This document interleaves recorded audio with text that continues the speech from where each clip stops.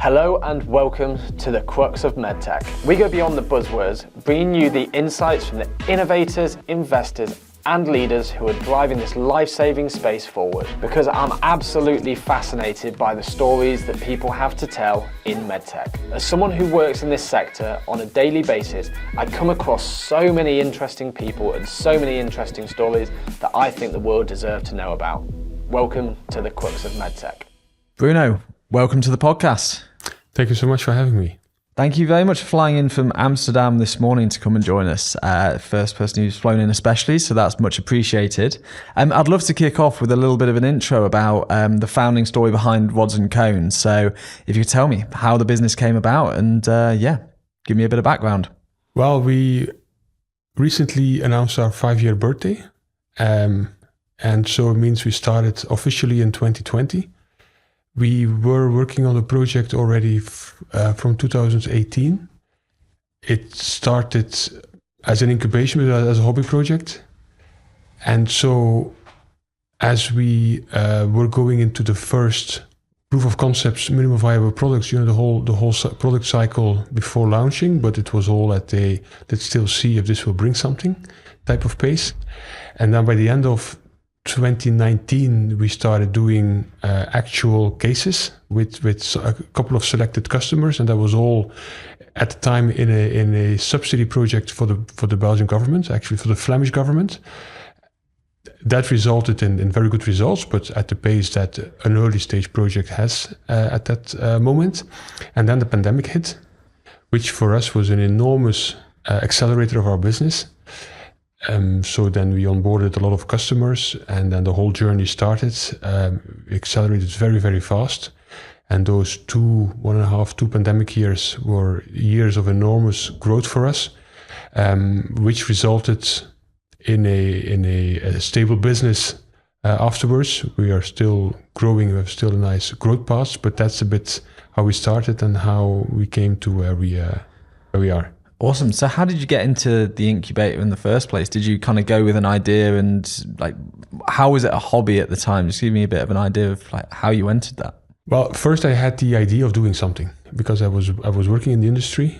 I've been a rep myself, and then I saw the issue of medical education and case support in the operating theater being a very in-person job. Rightly so at the time, because that was the only thing to do, and it was highly appreciated, still is by customers and so on. But I thought that there was a possibility of coming up with a service alternative for the industry by doing it remotely. Back in 2013, I had these Google glasses, and I played with them already with the same idea, but then it was clear that they weren't powerful enough. The streaming capacity wasn't good enough. The camera quality wasn't any good. Well, was good, but not good enough for surgery. And so as this evolved, by beginning of 2019, we started to find hardware that could do, in the first place, smart glasses that were strong enough to film surgery from the standpoint of the operating surgeon. And that's basically the point where it started. And then we entered a feasibility study with the Flemish government, and with a couple of partners, and so we moved with a hardware partner, and so even there was a school involved that was in game development. That was just in the early stage, so they were also part of that initial study, and then we did a lot of interviews, and then the feasibility study came out as it's feasible, and so and just quite shortly after that, then we had the whole pandemic thing. And then, the rest is history.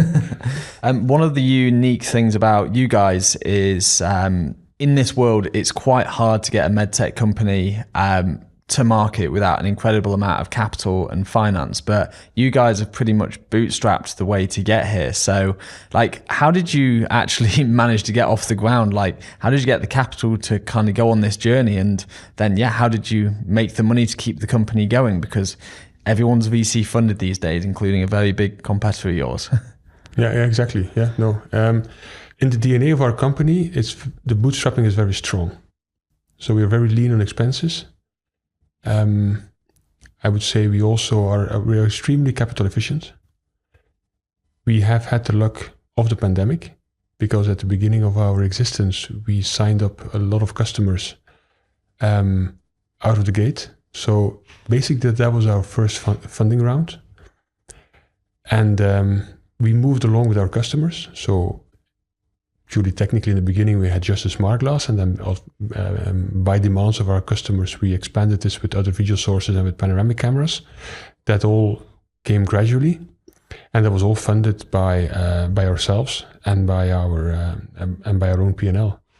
So we have some funding, but this is all board funding and founder funding, and that is and I'm very happy that we can do it this way, because it keeps a lot of autonomy, keeps a lot of decisions in our own hands, and so of course I have not been in other situations so far. So, but I'm very happy that we can run it the way we are running it today. Absolutely. So let's talk about the product suite that Rods&Cones has then. So first, let's start off with the problem that you guys solve, and then talk me through how each of the products can support an operating room. Yep. So the big problem in surgery that we are solving is when you attend surgery, even in the room, you often don't see anything, or very little. There is a surgical team standing at the table. So if you're not in that team, you're not standing at the table, so you're at least 1 meter, 3 feet away. So second to that is surgery is happening a lot when it's open surgery in small cavities to limit the incision. And it's really a surgeon is making the incision in his own field of view or point of view. So if you're not coming from the eyes of the surgeon, you don't really see what he's doing. Even his assistant or people around him, they don't really see what he's doing. They know what he's doing, and they know after step 1 comes step 2. So then he needs this instrument. So that's how. But it always struck me that then, especially industry, who is like an outer circle of that circle at the table, they even see less than his assistant. The assistant is already seeing a very limited amount of the surgery. Of course, they talk about it and they know where they are at, but really the specifics, nobody's seeing that. Or it's you have to lean over the shoulder and really get close, and then they step aside, let me have a look. So that was always very striking me a lot. Of course, you have a lot of surgery which is happening minimally invasively, so you see it on the screen, but still then you have to go to the room. So this is all happening in a room. The OR builders of the world, all these systems, they have been very, very performant in routing images in the room. You come in, you press your name, and then all the screens are adapted to your presets, arthroscopy on that screen, and this and that, and everything, and all kind of beautiful cameras. But it was never possible, or it was very difficult and never used to get that imagery out of the room onto somebody else, onto somebody who is not in the OR. And this is what I wanted to solve. And so the first product was the point of view from the surgeon. And there we came with smart glasses, which is basically a camera that sits in front of the eyes of the surgeon. that's filming the point of view from the surgeon. Today we use a very performant camera for that. It's a 4K camera, so you can basically zoom in on a credit card in the surgical field in full HD. So, and all of that is done by the remote person. So the surgeon only has to wear it, and then all the handling, the light sensitivity, red balances, everything is done by the even depth of field and so on. This is all controlled by the remote person, so you don't ask the surgeon to do anything with his camera, with operating the camera. So that's how we came to the market. But then quite soon, we also got requests to get the image from video equipment also onto the platform. I think the first year we filmed that with the headset. So then the surgeon, he had to stand for a while. Are you seeing it? Yes, yes. And then he could continue. But that was just, not. It works to some extent, but you can't use a surgeon to film a screen. So especially if it's just on their head. So that didn't work. And then we came with our mirror solution, which grabs a video output from any device in the operating room, puts it through a phone, and within the same frame as the smart glasses, shows it at the side of the remote expert, of the remote person. And then thirdly, after a while, we came with panoramic cameras to give you an overview of the ergonomy of the room. These panoramic cameras are also telephones, are also phones. And that was also one of the things we detected in 2020 is that the then mid-range phones that we could use for a large-scale deployment, the cameras on those were already strong enough to film an operating room, which is typically 4 by 4 meters or something. So you never further than 15, 20 feet from your subject. And to film that through phones, that worked really well. Okay. And we put those on robots, and those robots we can remotely control. And I think, and that was a very good example, is that that little robot we use to operate our phones, that is actually a robot we found from a company who made those robots for horse influencers and horse trainers. Okay. Because you had an app and an API, so it would track a horse. And so when a horse was circling around, so with that company we were able to obtain the SDK, and then so we didn't have to build the hardware ourselves. That's what I want to get to. So we just look on the market to find hardware that suits our use case, and then we integrate it into our system. Okay, very cool. So it sounds like there's a lot of off-the-shelf consumer hardware that's used within the product platform. So what are you in the middle of? Like what are you actually enabling? Like what's the kind of use case for the surgeons or for training or for the rep? How are you using that hardware? There are two big use cases that our equipment is currently used for. The first one is professional education, and the second one is case support. I think you can see usage of rods and cones all along the product life cycle of a medtech product. We work a lot in the first phase, clinical phase, where people are coming to the market and they have to run a number of surgeries, very heavily audited. They need a lot of content to afterwards analyze it. So that's a whole branch that we're very successful in, and we add a lot of value because, for example, these companies sometimes they have to wait 2-3 weeks in a hotel until a surgery happens before they can attend it. So it's extremely cost intensive. It's at the beginning of the existence of a company. So there we add a lot of value. So when the product comes on the market, medtech companies, they use key opinion leaders, or they work with key opinion leaders who will use their product and give advice to the company, but then a bit later on, or at the same time, they can also show others in their other peers how they are using this product and what benefit it gives versus the previous generation or versus other products in the same market. So the voice of customer through key opinion leaders is a very strong go-to-market strategy from the medtech industry. And that is where our technology is also used a lot, because if you do it in the traditional way, you have to invite surgeons to come over to see the key opinion leader. You can invite 2-3 at the same time. It's a very costly endeavor. It's very difficult to organize because everybody is super busy. And then the patient also needs to show up. Mm. So it's still surgery. So it's all relatively difficult to organize. If you do that with our technology, you can scale that a lot. You can add up to 50 people in the same surgery in a virtual way, because there mainly the communication goes from the key opinion leader to an audience. It's an education journey.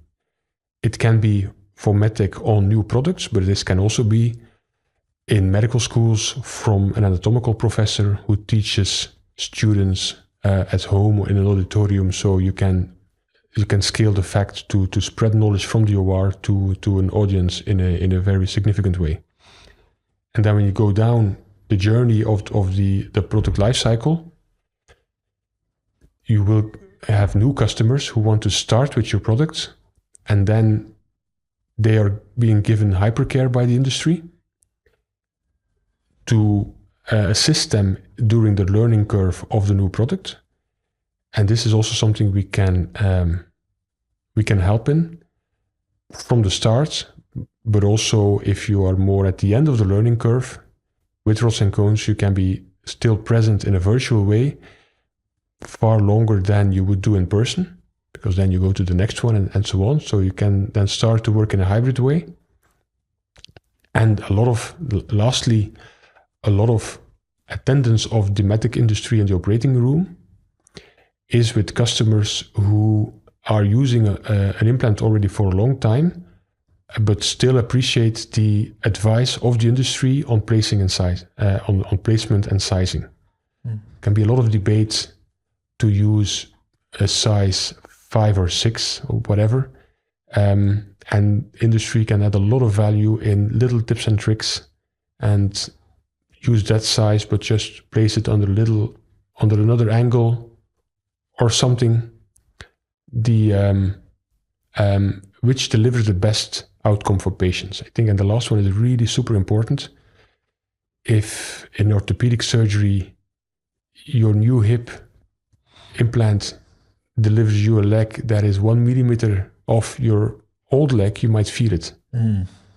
So it's so, and then the patient might say like, the surgery wasn't all that good. Surgery was perfect, but it's just this little offset that the patient then feels that it's not just what it was before. So, and I think the more help you can get on that as a surgeon, the better for your patient outcome, because the optimal is that the patient doesn't feel that he has a new hip. And I think that's really why the attendance of the industry is so important for the whole implant journey and for patient satisfaction. And that's something we can help a lot in, because there you see that most companies, they are between 1 and 1.5 of surgeries a day for a technical specialist. It's very labor intensive or time intensive. It's very difficult to organize, and to you never know when the surgery actually will happen. So yeah, it's a very difficult and expensive, inefficient way of organizing it, and there we can help a lot to make it more efficient. And so to use your example then, so the hip replacement being 1 millimeter off, the patient can feel it. Like, can that be picked up through your cameras? So if someone's kind of watching it, is this the pre-training side? So they need to watch the videos and then they're going to understand from previous cases, or is this intraoperative where someone can basically virtually scrub in and be saying, you're a little bit off there, can we get a bit better alignment? Like, how does that actually come together with the use of your tech? It's intraoperative. Yeah. I think it's a lot of, it's debating. You see something, you see the steps evolving.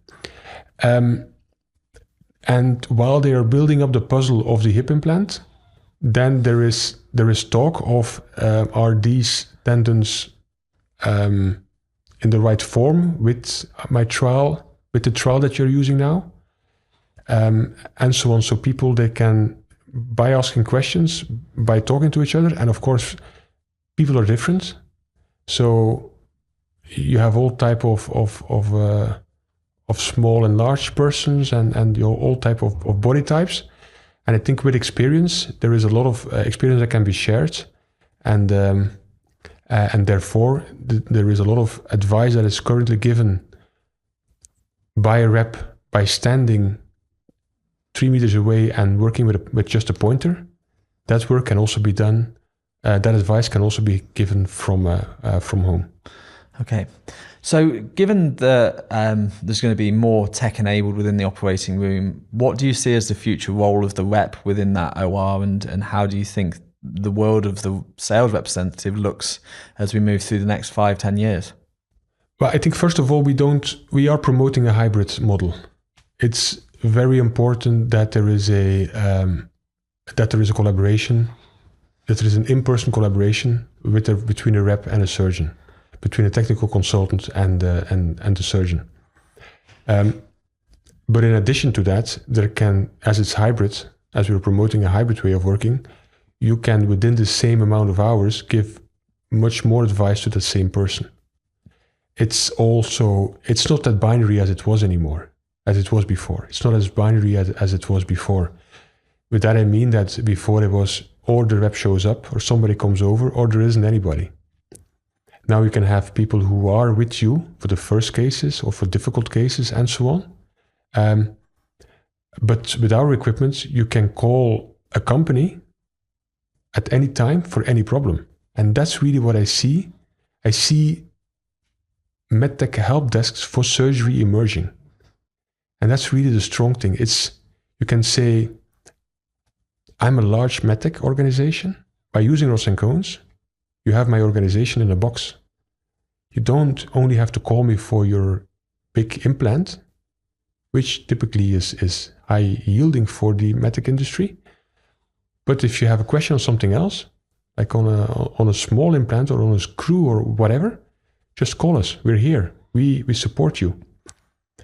If you have a very difficult case, we have escalation levels. I can get you our R&D team on the call. I can get you some of our key opinion leaders in the US down to your OR we have had cases of surgeries that were happening once a year in the Netherlands, where companies organize key opinion leaders to virtually scrub in, who in the US and some universities they were world-renowned key opinion leaders, and as a service to that surgeon in the Netherlands, they brought them in virtually. So that has a huge value for the patient, but also for the surgeon, because if you see very, very seldom cases, of rare cases, then it's just confidence that there is somebody with you who is who you can have some sparring with. You get more. That's always what I'm telling to the industry. It's in the end, usage of our product, it's not in the first place a reduction of rep tool, so to say. No, it's a growth fueling tool. You can have much more customer intimacy through Rods&Cones because you can have many more touch points with that customer. The customer knows that at any time you can be with him. That is mainly for the industry who is in the Western world active, or for surgeons in the Western world, where anyway the availability of knowledge is high. If you need a rep in central London, I'm pretty sure there is somebody for every device within a couple of hours. Or tomorrow you can have everybody. But if you are in the north of Norway, people might need to fly in. So everything needs to be organized. So service levels are much more difficult to maintain in remote areas than in where we are. And there we also see a lot of traction, because it's very difficult for the industry to offer the same in-person availability of reps in remote areas than it is in if you look at, I don't know, East Poland. People have to drive long hours. Northern California, there are stories of reps who have to drive 4 hours to reach a hospital. So it's very simple. So there you can do it remote. Have you ever seen it gone too far the other way? So over-reliance on virtual appointments than in person. I know you're promoting the hybrid, so that suggests a hybrid of both. But have you seen it gone too far the other way? And then what's the effect for either the medtech company, the surgeon, or patient outcomes? No, I haven't seen it going too far. People are very... the surgeon is still the driver of this. If they want in person, they will get in person. So we haven't seen it where it derailed, that there are a lot of complaints on it's only virtual. That is, no. Fair enough. So diving kind of back into the journey really. So wanted to go back to very much the start, and I know that your first job shaped how you are today and how you got into this industry. So tell me about your first job and basically after education. My first job was, I was a rep for a pharmaceutical company. So I was selling drugs, anti-allergic drugs, and drugs for asthma. And in the first year, I was doing that to general practitioners in my area. So that was a lot of, I would say, public relation, just talking to physicians and explaining them studies and explaining them the benefits of your drug versus previous generations, or discussing side effects and so on. And that taught me a lot, because it's actually, at the time I was thinking it was I was selling, but I wasn't selling anything. You were just maintaining a relationship, because those drugs, they were 20 years on the market. So it was not that you had to explain anything, but you had to, I would tell them when the birch was giving pollen. So they knew it from me. That is, it also taught me a lot on how to interact with the end user, how to interact with the physician, what's important for them. Yeah, so that taught me a lot in communicating to physicians. I'm interrupting this episode to bring you a word from our sponsors, TTP. TTP is a leader in complex medical technology development with deep scientific and engineering expertise. They support ambitious medtech companies in solving high-risk, high-complexity challenges where there's no margin for error. Whether you're tackling uncharted technical territory or racing to bring a product to market, TTP provide clarity and direction. By de-risking innovation and ensuring seamless alignment with regulatory and manufacturing demands, TTP help you move forward with speed and confidence. To find out more, check out the show notes. So then you dove into the pharmaceutical world, but then you ended into medtech. So you joined Stryker. So how did you feel about like that transition from pharmaceutical sales over to the medical technology sales side? It was quite a big transition, because in the pharmaceutical industry, you don't know who's prescribing. You know what your sales is in a territory, but because of privacy reasons, you can't point it to the actual physician. You know, in that town, those pharmacies are selling my drug. The reason for that could be that the GPs in that town are prescribing it, but you could also have traveling prescriptions or whatever, people from other towns coming to that town and so on. So it was quite vague. You never knew who was actually prescribing your drug. So when your numbers were good, that was a nice feeling. Also, because then all of your prospects were actually customers, or everybody could pretend that they were your customer. And of course, half of them were not, were prescribing something else. But so it was a very friendly, as a salesperson, friendly in a way that it wasn't. But then going to medtech, yeah, you knew it to the box, eh? You know it to the box who is. And in the beginning, then I was in capital sales. So I was for Stryker in the endoscopy team. So I was selling endoscopy stacks. Mm-hmm. Yeah, and that's selling. So going from pharmaceuticals to capital sales, that was an enormous shift. Yeah, so I didn't realize it at the time, but then yeah, so that became very clear that it was you need the purchase order. Yeah, and in pharmaceuticals you don't even know who's prescribing. So the hunting is way more in medtech. For sure, and capital sales is one of the most difficult parts of medical technology sales as well. Arguably, SaaS products are quite difficult to sell as well at this point in time, especially with AI contracts. But capital is a really difficult thing to sell because you need so many stakeholders within the hospital. You need to sell the story, and it's proper sales really. So you went through the endoscopy business to start with, selling the stacks and towers. What came next for you within Stryker, and where did you go from there? From there, I went in product management. Then I was a product manager for a region in Europe, for the Northern Europe. And from there, when the iPad came out, I had the audacity to build some apps on it with all content of Stryker. Friend of mine had was all very early stage, but was in a publishing business, and they were doing publications for newspapers and magazines in Belgium.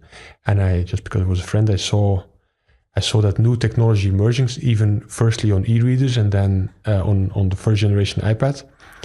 And then because I was in product management and I had so much content to distribute, I was like, well, we are a publisher. So then I took that technology and put all of the Striker content on, and then I had a job. Okay. So then I did that for all of Europe for 5 years, and then through that, and then later on building all the lot of other apps for the Striker sales force. And so with that job I moved to Amsterdam to their headquarters, and that's that was the evolution. So even with that Striker story, that sounds like you wanted to distribute information to people, and Rods and Cones is all about training, development, distribution of information. So is there something that gives you a passion for getting information out there and helping people? Like, it seems like there's a couple of things you've done which is more about helping people necessarily than anything else. So is there something that drives you towards that? I think the content distribution part, I think that's more of a coincidence. It's more the Bob the Builder thing. That if I know that something can be done, I want to do it. So I knew that with the content, we were printing tons of money on brochures, beautiful quality. I knew that there was a big success efficiency to be gained by adding some technology, and I think that's equal with Rods and Cones. It can just be done more efficient. I think making something more efficient through technology, that is what I'm driven to. Awesome. So what comes next for you guys at Rods and Cones? So what does the future look like, and what can we expect to see over the next few years? I think we still have a lot of growth potential with our current offering. We will open offices in other parts of the world. So we see, especially as I told before, that there are a lot of parts in the world where knowledge availability is quite low, be it plain surgical knowledge or specialized surgical knowledge. The numbers can be very low in some areas of the world, but also medtech availability in a lot of regions. So we are working on opening offices in Asia, also in Latin America. So I think there we have a lot of potential to grow. And linked to that, our product keeps on evolving. We are coming out with new form factors to even answer more to the needs of the market. We currently have a very light solution. It's all in a box. You can walk around with it. Within a minute, you're up and running. But we have cases where it's very difficult to connect. It's very difficult to get into a server room of an interventional room to get the specific video output. So we're working on solutions to make that far easier, and to keep on evolving to make it as easy as possible to operate by the end user, because that's really a surgical team should have very little attention to my technology. They have other things to worry about. So it should be as easy as ordering something on Amazon. Just the one click to buy. That's that type of simplicity we are getting to. Awesome. And where do you see as the biggest growth for the business? So you talk about international expansion. Do you see it from that international, or do you see it from doubling down in the markets where you already exist? I think in the markets we are already existing, we still have a lot of growth potential. For me, the journey has only begun. You can ask yourself, technology like Rods and Cones, should that be available in every hospital? In the UK, in Europe? If the answer is yes, then we can go times 100. And of course, I believe it's yes. I think every hospital should have a window to the outside world through technology. And that is, we're still only at the beginning of the journey. And then, of course, international expansion. If you get there at the same levels that we are today in Europe and US, then we still have an enormous acceleration in front of us. but the market potential is still huge in every market that we are present in be it in education, be it in case support, but also we see a lot of use cases that are totally untapped today.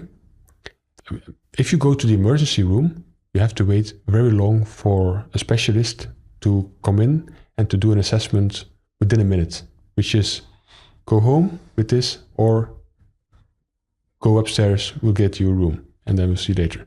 So that triage in a hospital can take, it's very difficult to organize because people are very busy and then they have to do this on top.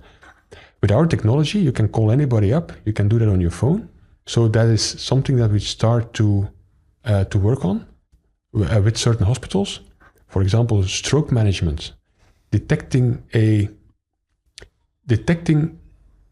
stroke patient or detecting a stroke with a patient is something that is done by the neurologist by taking an assessment of the patient. We are seeing can very much be done with our technology, being used by a paramedic, and the neurologist remotely will do the assessment. Stroke, you have, they call it time to brain. So you have a very short time that after a stroke, somebody needs to get a thrombolysis or needs to get a thrombectomy. It's a very short time frame. We can shorten that with our technology. So there are a lot of niches in hospitals, which are actually quite big, that we can do a lot. We are now the world leader in remote presence in surgery. With a very robust software, with a very robust solution. That solution can also be used in a lot of other parts of the hospital, of the treatment pathway, and so forth. So I think that's also another angle that we are working on. Interesting. So, kind of just ask a quick question on that one. So, do you not see AI maybe taking over that kind of diagnosis of stroke? So although there's a use case for your technology now, AI for diagnosis could be the next frontier. Is like, how much are you guys worried about AI and the role it will play in, distracting from? Yeah, I think that's a big elephant in the room, eh? And I think that's a big elephant in the room for a lot of medical specialists. We've seen a lot of evolution in radiology. I think anesthesiology. There just is a lot of things happening that AI, to a certain extent, is already able today to solve. But if that evolution goes on and it goes on exponentially, then indeed, and you have very strong voice recognition. I think as long as it's voice, it's already at a very high level. What I still see, but then if the evolution is exponential, I don't know the future or how fast it will be, but video recognition with AI is still difficult. And we are involved in studies and developments with universities in the Netherlands that are world-renowned on anatomical recognition in the body. For example, we're in one study, anatomical recognition in the upper thorax, which by definition should be quite easy, but not easy, but I mean, the heart is hanging where it is. It's not like in your abdomen where it's a bunch of stuff together. So you have structures in a place that you could expect them to be, like your esophagus and your lungs and so on. Mm. Today they are at a 78, I think 83% interval of recognizing a structure. For example, for nerves, they're only at 40% interval. This is, of course, it's already good what it is today. But if you think today, it could soon be a hand on your shoulder, giving you some advice. But if it's an 80% interval, 1 out of 5, it would be wrong. So you can't really rely on it. But I think, when will it become 99.49s, air traffic control type of certainty? Mm-hmm. That's still far off today. But as I am in these meetings and I see every quarter, every 6 months updates, even with AI, before every frame had to be colored in and to train the algorithm. And now the algorithm, if you give it one frame, it can already, with 100% interval, go 10 frames. That's time 10 in 6 months. Yeah. So where would it? So that I don't know, but still the human anatomy, purely because it's a very difficult thing to film. It's very the colors. It's not like here you have a green plant on a white wall. It's brown on brown. It's brown on red. It's just difficult to detect. A lot of surgeons, they only know something by grabbing it, by pulling it, by feeling it. They know a structure it's still, but that there is an evolution towards that. This is a very, very important trend. But I don't know if that will be in 5 years or in 15 years. But So to talk about the anatomy labeling, I think one of the challenges as well is actually you can't just have the layperson labeling the data either. You need to have trained professionals who know what each of those structures look like. So just to give an example, there's a company we work with in the US who have hired 2 doctors to label all their data for an AI platform. And but if you were talking about autonomous driving, you can put a capture form up on a website on Google, and people have to collect all the buttons and say this is a roundabout, this is a zebra crossing, etc. So it's also like we may have loads of data now, and there's ways to capture data, including through your platform. But actually having the people to label an esophagus or a heart is quite a big job. You can't just stick it online and ask anyone to do it. So that's also one of the challenges. Absolutely. Today it has to be done by surgeons, and so to label 100,000 frames, you need a lot of man hours. But then at a certain point, I think it's, will AI be able to label it themselves? And that's and that is... Very true. So we also started this topic of conversation on kind of the sales and BD process. So from what I understand, you're really hands-on with the prospecting process and also on the front lines of business development. How important do you think it is to be a founder who does sales and do founder-led sales? I think it's very important. I think it's very important for our company that I'm still in the field, that I still attend a lot of surgeries myself, and that I am still a lot with customers. Yeah, and it's something that I will always keep on doing. It's also in my DNA. I want to be close to the product, and I want to be close to the end customer. And I think by just the fact that I've went through this journey from until here, from nothing till here, I know a lot of customers' journeys. I've seen a lot of customers going through the change management of working with a solution like ours, with our solution. It's and that is something that I can bring to new customers. It's because there is a lot of change involved. If you have to go to a hybrid situation, then you need to explain this to your staff. You need to incentivize them over it. If you want to bring your key opinion leader management, your education in a hybrid way, there is a lot that we can offer in terms of consultancy. So we're much more than purely a software company, a solution company. We are really consultative. We have people on board who have, as individuals, who work 25 years in the help desk industry, who know how to set up a help desk. We offer a total new line of support for our customers, and not everybody has to educate themselves on it or reinvent the wheel. We have gained a lot of experience in this field, and this is very much my task to also bring that across, evangelize this, bring that across to customers, to new customers. So every day I'm very open to talk to customers and be with customers. So I think that's will always be very important to me. Awesome. So what does success look like for you in 10 years' time? What are your aspirations for the company, and where do you want to take it to? Well, I think 10 years is a long time because when we had our 5-year anniversary, I was like, oh, this is only 5 years. It felt like a lifetime. I mean, it's been such a journey. So doubling that looking back 5 years and then doubling it looking forward, that's too far for me to do. Let's take 5 years then. Yes. In 5 years' time, let's do it. It also tells a lot on how I look at. That's what I mean. It takes a lot tells a lot on how I look at things. I think just looking forward.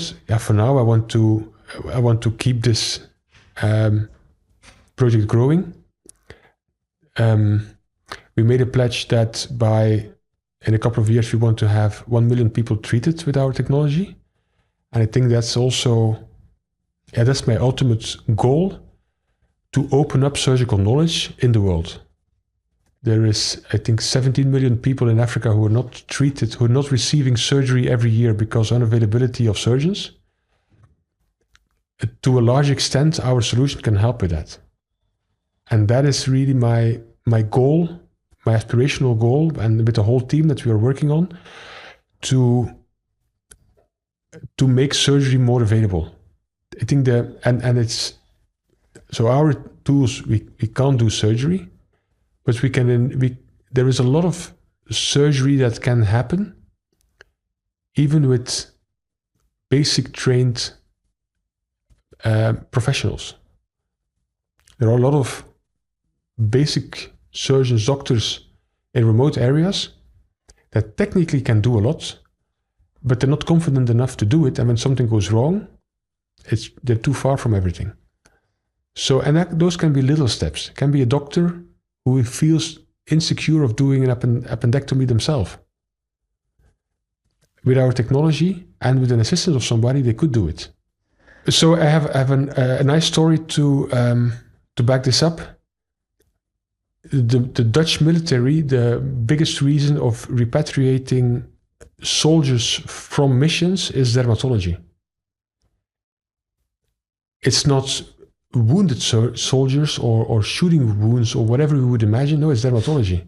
It's because it can be in the jungle or in the desert. I don't know. It can be apparently a huge issue, and people need to come back to a tropical institute back in the Netherlands to be treated. Well, things like that, I can imagine that with our technology, you can already solve a couple of these remotely. That's just an anecdotal story, but it's a local surgeon somewhere in Africa. If he's now a level 100, they can become a level 120 through rods and cones, just by somebody who would assist them in a surgery that they know, they've seen once, they've done once, but they feel not confident enough to do by themselves because they're the only ones who can do it on that location. If you get somebody experienced in that matter and who can look and who can assist them and they can spare with, and then you just raise the level of and many more surgeries will be done. So that is for me the aspiration to that we can do something about unavailability of surgery all over the world. Amazing. I think that's an incredible point to end on. So thank you very much for joining me on the podcast, Bruno. Thanks a lot. Thank you so much for joining me on the Crux of MedTech podcast. If you're not already doing so, please go ahead and subscribe on YouTube or follow the podcast on Spotify or wherever you get your podcasts. This podcast is proudly brought to you by Crux. Crux is a medtech search firm which places pioneers in transformative roles to help us live longer, healthier lives. We do 3 things for companies. We help hire world-class executive talent. We help companies raise investment from Series A to Series C and execute upon M&A. And we also are building a community of medtech leaders to facilitate peer-to-peer learning and accelerate the companies to help them go faster. If you're interested in any of those 3 things, please reach out to me on LinkedIn or follow the link in the show notes to find out more. Thank you.